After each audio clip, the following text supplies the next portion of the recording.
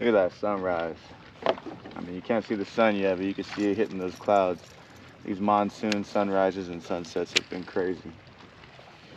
So this is Deej with Deej Fishes. We're out here at Saguaro trying some different patterns. We're gonna fish on the main lake today. We only have till about 10:30, 11 o'clock, and then the big old thunderstorm's gonna move through. So we're gonna get out of here a little early. But hopefully we could turn a little fishing around. We've had some rough trips lately. Had a tournament at Surprise yesterday and only caught one fish that weighed under a quarter pound. Last couple times to Sag, my trolling motor was malfunctioning one time, the battery died, and then the next time the GoPro was overheating, and we only caught like 5 fish for the day, so I only got 1 or 2 on camera. So hopefully we can get on a few today and bring you guys a nice little video. So stay tuned, and next time you see me, it'll be 5 in the morning. It's 5:15, about to make our first cast. Starting the day with a whopper plopper.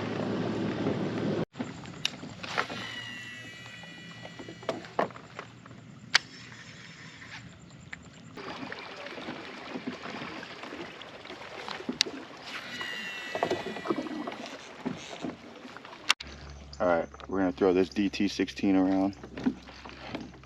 I want to cover water, so I want to crank, but it's a little slick and quiet right now for cranking. There's no waves, there's no other boats, there's no wind. So this DT16 is pretty quiet. The color is much more subtle, and that might give us a little bit of a better shot at getting bit right now.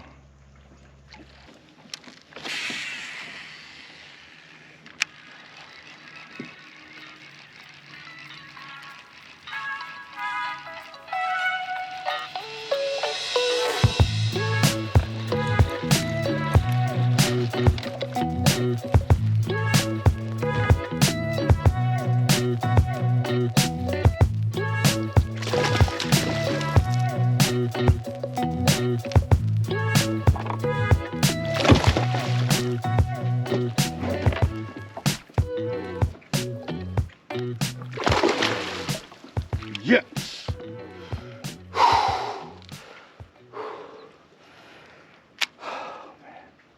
This is a good fish, guys, on the DT16.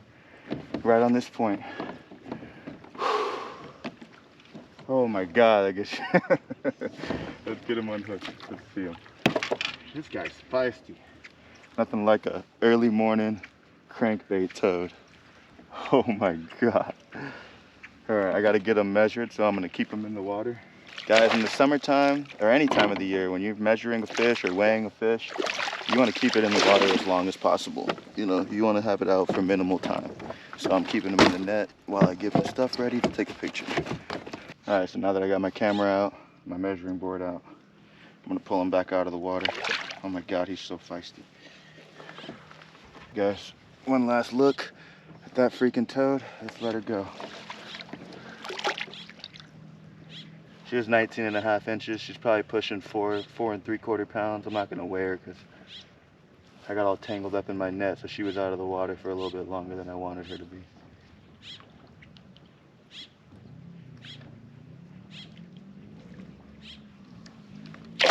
Whew, there she goes.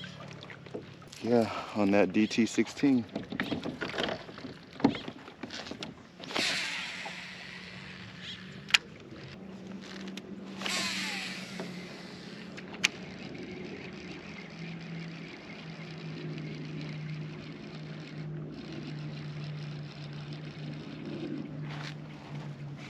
There's another fish. Feels like a good one again.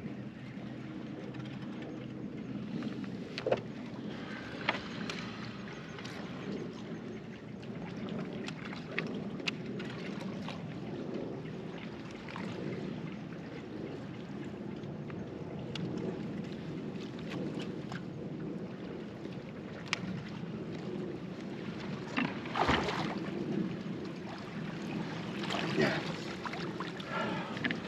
This is not as good as the last one, but he's a good fish. I think we're on a crankbait bite, guys. This guy's only like 2.5 pounds. He was dogging me. There he is right there. Let's let him go.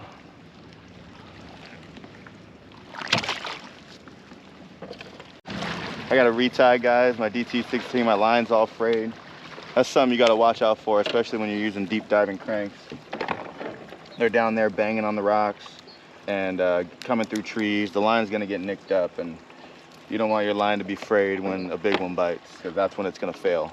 It might not fail catching 1 and 2 and 3 pounders, but you hook a 5, 6, 7 pounder, that's when it's gonna fail. So you always want to retie. I want to take a second too to say, you know, I don't have a lot of followers, but I've had a good amount of people ask me, you know, what baits do you throw? Or, you know, they'll see a video and they'll say, what crankbait was that?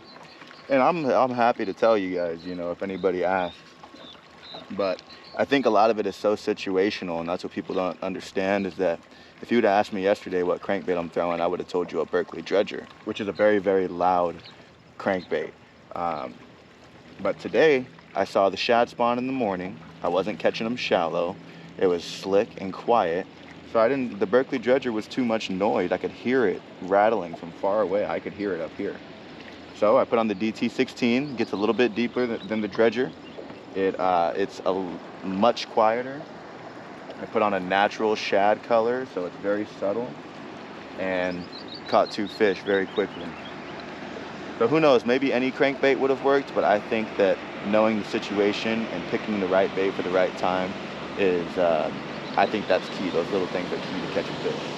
Let's catch another one.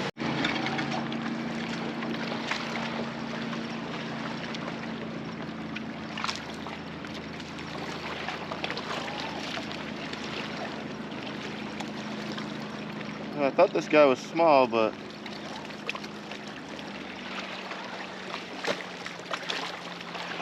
oh, he is small. He's just strong as hell. He's not that small. Woo. Fish number 3, y'all. This one's on a drop shot. That crankbait bite kind of died. I fished some areas of the lake that I hadn't fished in a while. Came back to where I caught those crankbait fish, or in the same area, and boom. There he is, dinky guy. I mean, he's like he's pushing 2 pounds, maybe 2 1/4. Whoop. Definitely some fish on these walls. I'm getting bluegill bites, and I'm throwing a Papa Punisher like always. Let's throw back in there.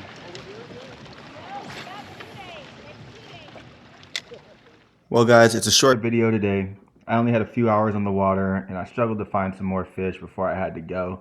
I did hook one more on a drop shot, but I just couldn't get her to the boat. She popped off. But I'm grateful for the bites I got, especially the big one on a crank this morning. That was a blast. You know, this is what fishing is about. It's about the ups and downs, and it's about reading the variables. We have so many variables every single day. It's different.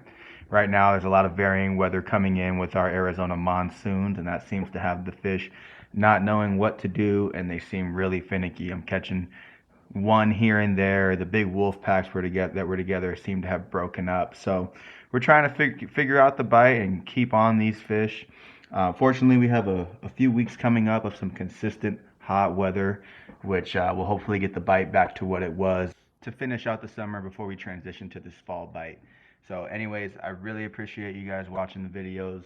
You know, make sure you like and subscribe if you can, or if you haven't already. I'm doing what I can to bring you content, so I'll be out fishing more times this week. I have some how-to videos loaded up that I'll be filming soon. So again, I appreciate every single one of you guys. Until the next one, fish on.